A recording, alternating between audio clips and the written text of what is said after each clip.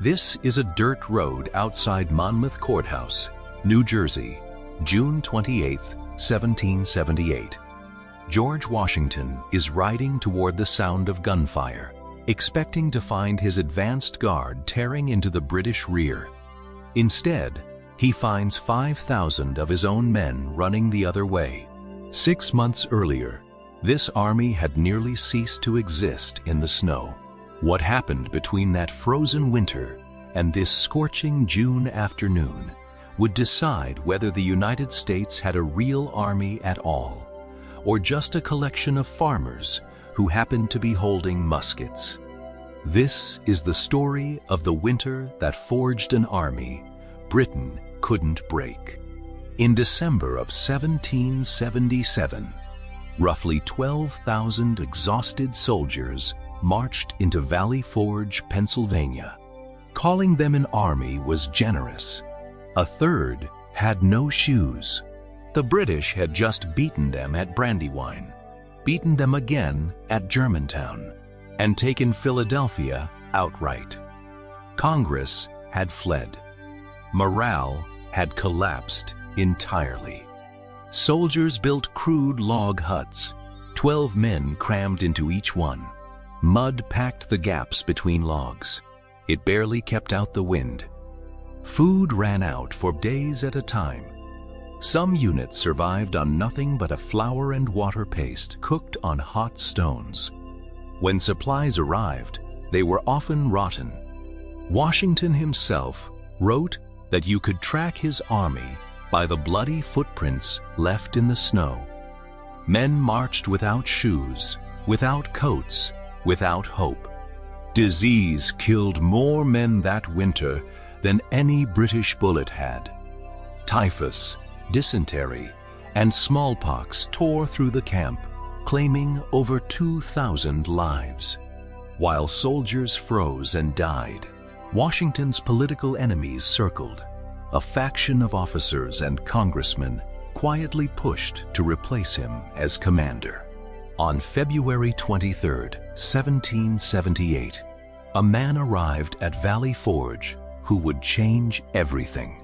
His name was Friedrich Wilhelm von Steuben. He claimed to be a former Prussian lieutenant general. He had actually been a captain. Benjamin Franklin had quietly inflated the resume to get him hired. It hardly mattered. Steuben personally drilled a model company of 100 men himself, something unheard of for an officer of his rank.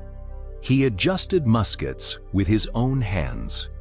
He taught soldiers how to stand at attention properly for the first time in their lives. When discipline broke down, Steuben erupted, swearing in German, then French, then the one English curse word he'd picked up since arriving. He taught coordinated volley fire instead of the disorganized mess that had passed for musketry before, formations that could shift under fire without collapsing. Most importantly, he taught the bayonet. Before Steuben, Continental soldiers mostly used it to cook meat over a fire. That was about to change completely. By late March, the entire army drilled under Steuben's system. The goal was simple: every unit maneuvering and fighting as one coordinated force. By spring, something remarkable had happened. The starving, demoralized men who stumbled into Valley Forge in December now resembled a real professional army. In February 1778, France formally allied with the United States. Everything about the war's strategic picture shifted overnight. Britain could no longer focus everything on America. London panicked. New orders arrived for British forces in America. Abandon the offensive, consolidate, and pull back from Philadelphia toward New York City. On June 18, 1778, the British began leaving Philadelphia. Their column stretched over 12 miles.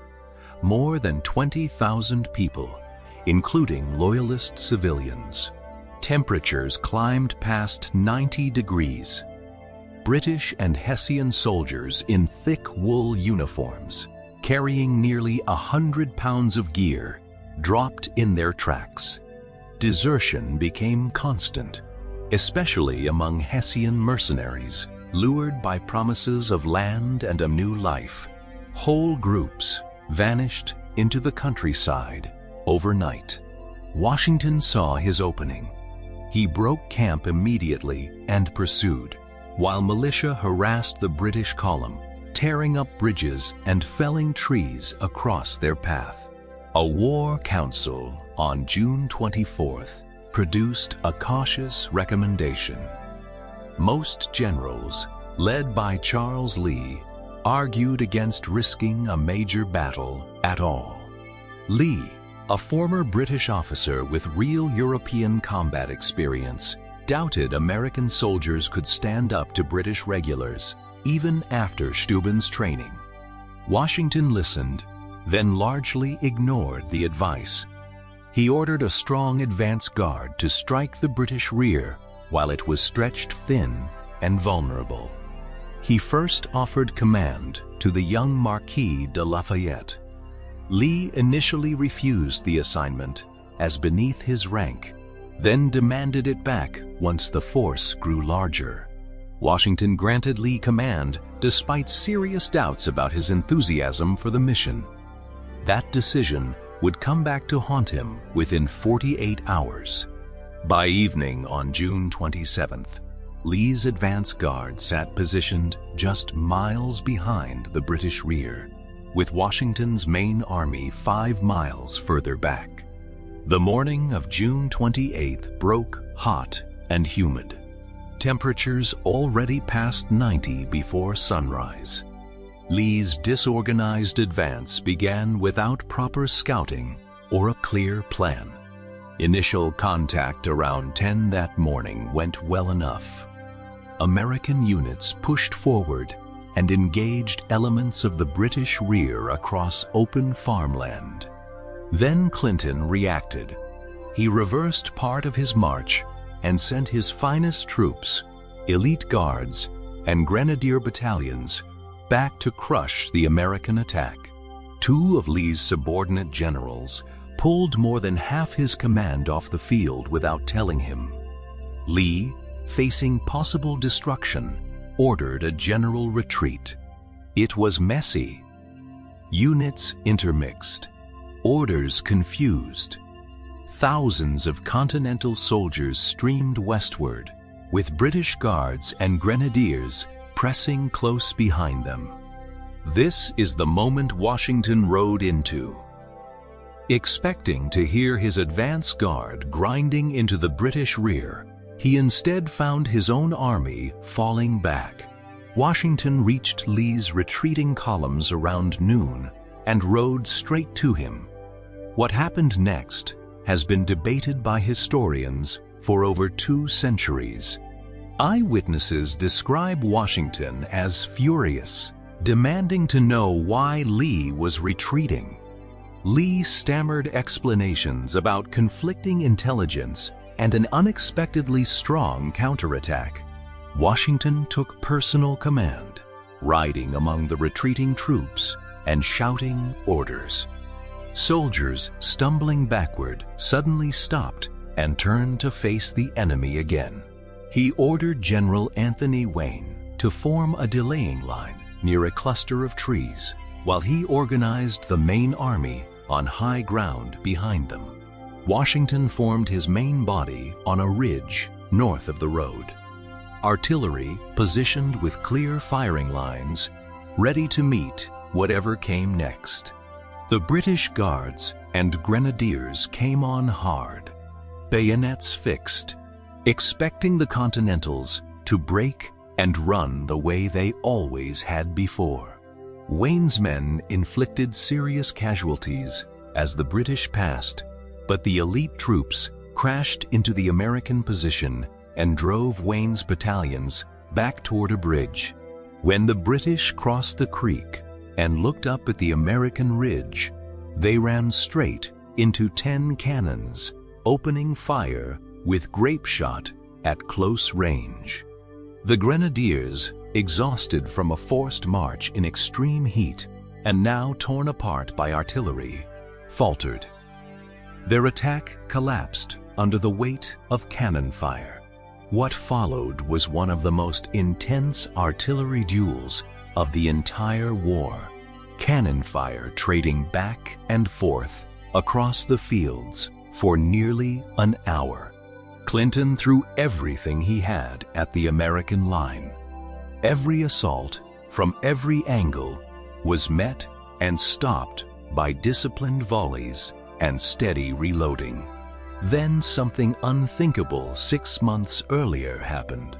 Continental troops counterattacked with bayonets, pushing back the same elite soldiers who had always broken them before. American regiments fought Britain's finest troops to a standstill before falling back into cover. The fact that they had attacked at all was the real point. The fighting raged through the scorching afternoon. Temperatures on the field exceeded 100 degrees. Soldiers on both sides dropped dead from heat alone. According to lasting tradition, a woman spent the entire day carrying water to exhausted gun crews and reportedly took her fallen husband's place at his cannon. By late afternoon, Clinton ordered his exhausted troops to pull back. Sometime around midnight, he quietly withdrew his entire force and resumed marching toward the coast.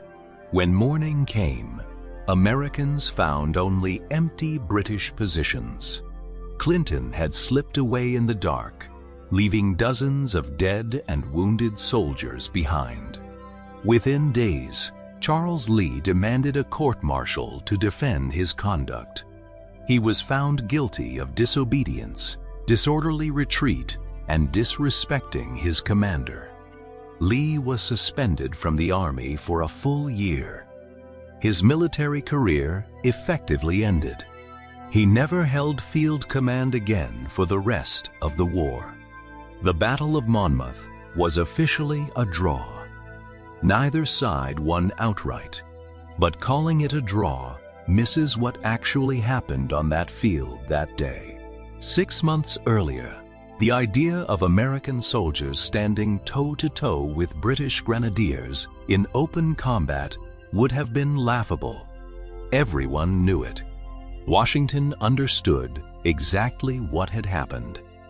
He praised his officers and troops in dispatches, carrying genuine pride, pointing to how they had held under fire. Hundreds of British and Hessian troops were so demoralized by the campaign that they deserted to the American side rather than continue the march. The army that left Valley Forge was not the army that arrived there. And after that scorching June day in 1778, everyone on both sides knew it. 6 months before Monmouth, this army could barely march in a straight line. By the time the smoke cleared over that field, it had traded bayonet charges with Britain's finest troops and held its ground.